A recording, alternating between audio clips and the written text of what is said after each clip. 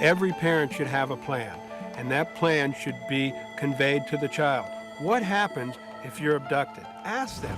Make sure they know. This is what I do. This is what I don't do. This is what I look for.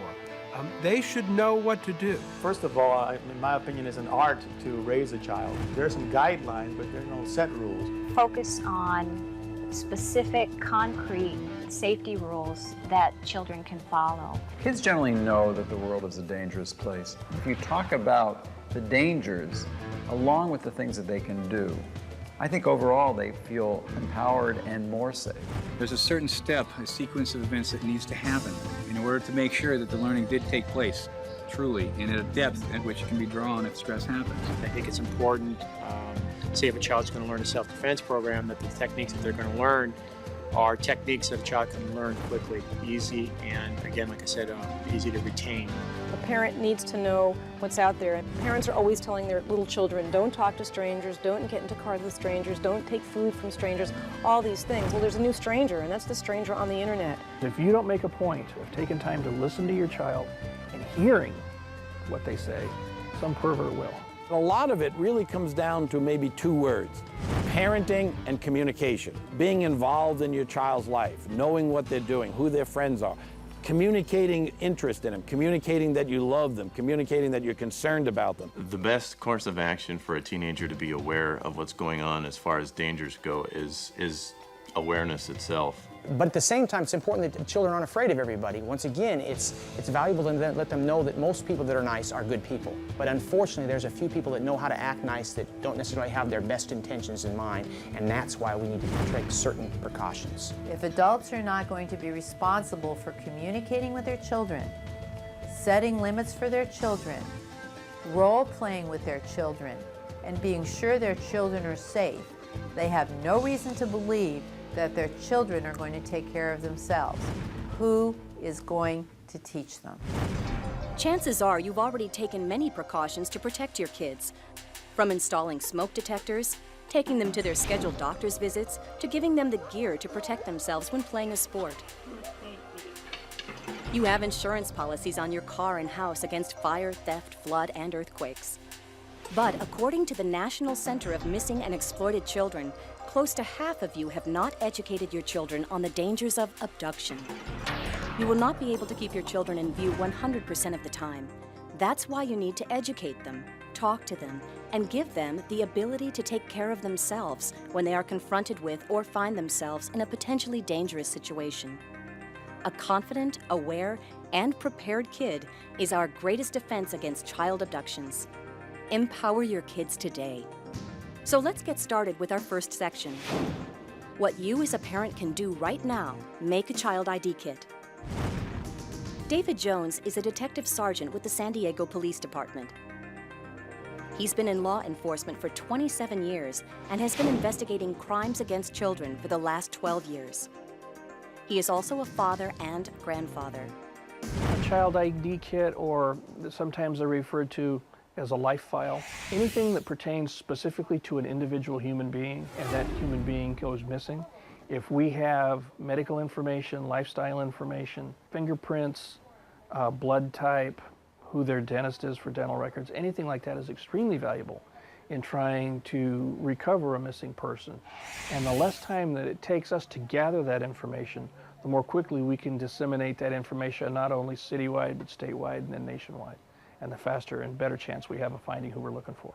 The types of things that we would want to see in an identikit or information kit on a child would be a current photo within the last year. We would like information on any unusual marks, body piercings, anything of a permanent nature that can't be washed off or washed away, wiped away. Types of behaviors that they enjoy, special interests that they enjoy, places they like to hang out, and any unusual medical conditions that might require special medications or special treatment if they've been away from that treatment for a significant period of time. And if that material is ready, then we don't have to hunt it down, and you don't have to try to get yourself grounded enough to go look stuff up and get the information for us. It sure helps. Included in your Kids in Power packet is a child ID kit to get you started. Let's go through it. Fill out your child's name, any nicknames, and their full address, their social security number, birth date and gender, Next, fill in your information, that of the parents or guardians. Continue with your child's eye color, hair color, height, weight, and blood type. You should also note any allergies your child has or medications your child may be using. Mark any distinguishing marks like scars, birthmarks, tattoos, or body piercings on the pictures. And note if your child wears glasses, contact lenses, or braces. Add a recent picture, a nice shot of the head and shoulders, and write down the date it was taken and the age your child is in the picture. If you can, please have your dentist fill out the dental chart. If you'd like, include a copy of your child's birth certificate and medical records with immunization dates. Write down your child's doctor's name and address, as well as your dentist's name and address. And if you have a full-length recent picture of your child, date it and include it. Remember, this file needs to be updated once a year, keeping the pictures and the information recent. You'll also see a place for fingerprinting. Follow the directions carefully. And don't forget, while fingerprinting your child on this ID card is better than having no fingerprint record at all, a professional set of fingerprints is preferred.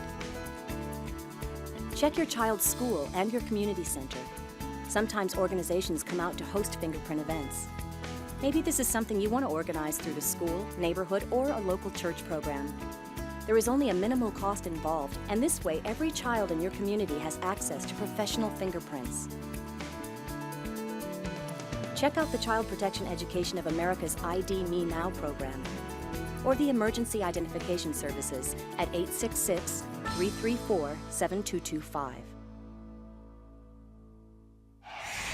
In your ID kit, you'll also see 2 Ziploc baggies for DNA sampling. Again, some hospitals offer free DNA sampling, but if none in your area do, here's your own at-home kit. For the hair sample, follow the directions on the kit. The baggie with the Q-tip is for a saliva or blood sample. Rub the cotton swab on the inside of your child's cheek until moist.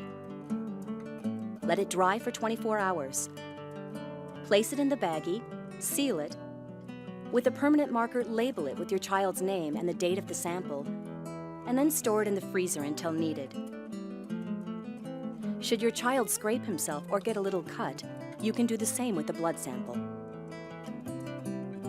Also included in your Kids in Power packet is a child ID card and some safe shoes IDs. Fill out the child ID card as instructed. Keep it on hand in your wallet at all times.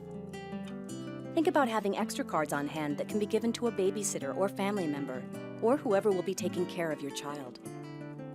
With the Safe Shoes ID, fill it out and attach it to their favorite pair of sneakers, the one they wear most often.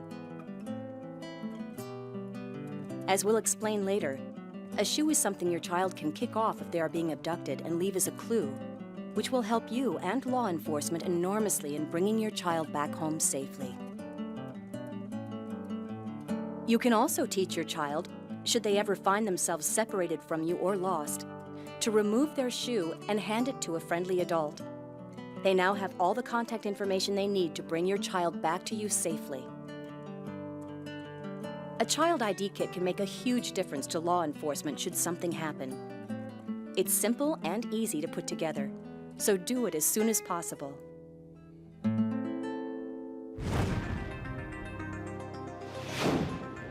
Section 2,